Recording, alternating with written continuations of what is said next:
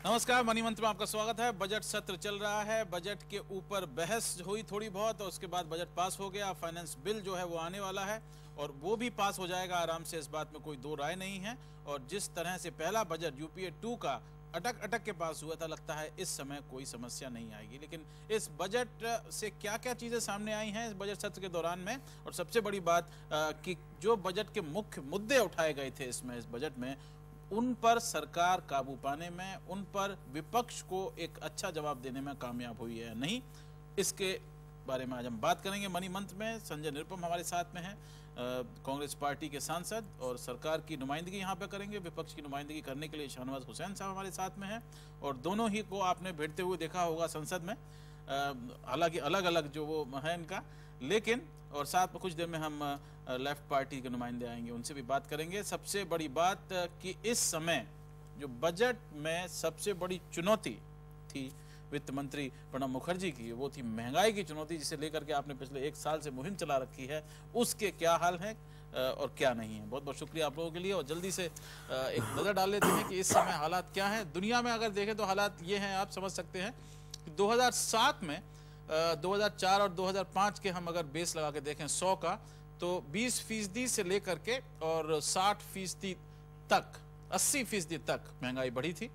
2008 में ये 80% से घट करके कोई 45% पर आ गई, 145 पे पहुंच गया वो आंकड़ा। और 2009 में 150 से बढ़ के ये फिर चला गया ऊपर 175 के आसपास।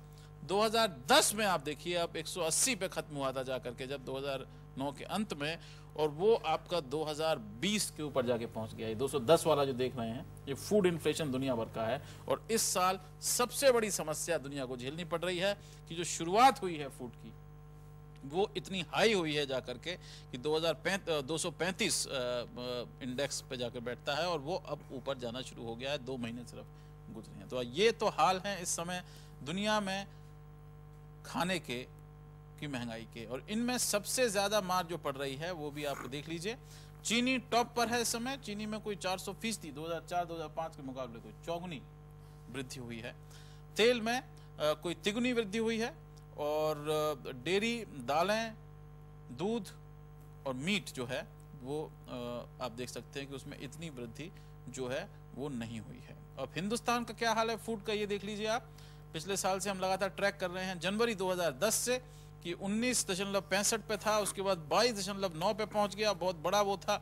दिसंबर 2010 में थोड़ा कम आया, लेकिन फिर वो ऊपर जाना शुरू हुआ, और अब मार्च 10 अगर हम देखें तो 9.52 पर। ये बहुत राहत की बात है सरकार के लिए, लेकिन ये कभी भी ऊपर जा सकता है, क्योंकि जो हमने इंटरनेशनल दाम दिखाया वो लगातार ऊपर जा रहे हैं। क्या हम ये समझें कि सरकार जो है उसको, किसान ने जो अच्छी पैदावार की है वो उसने बचा लिया है?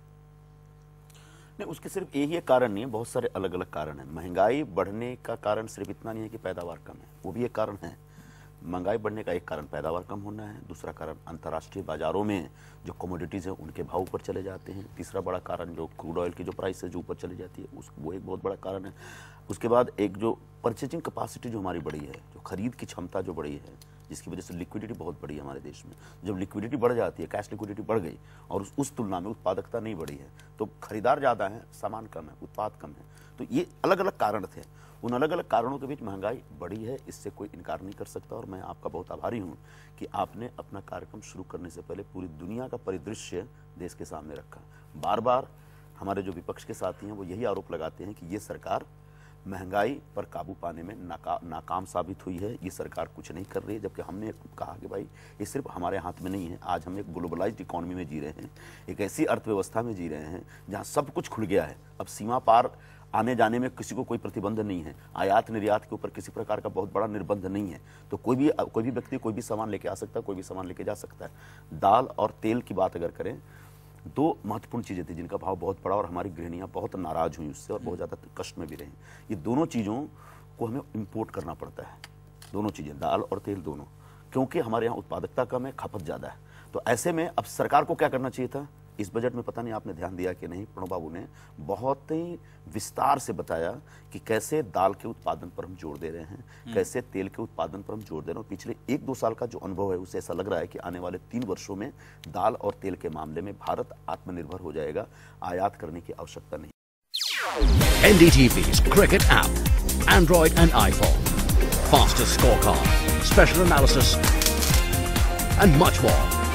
Download free. ndtv.com/apps.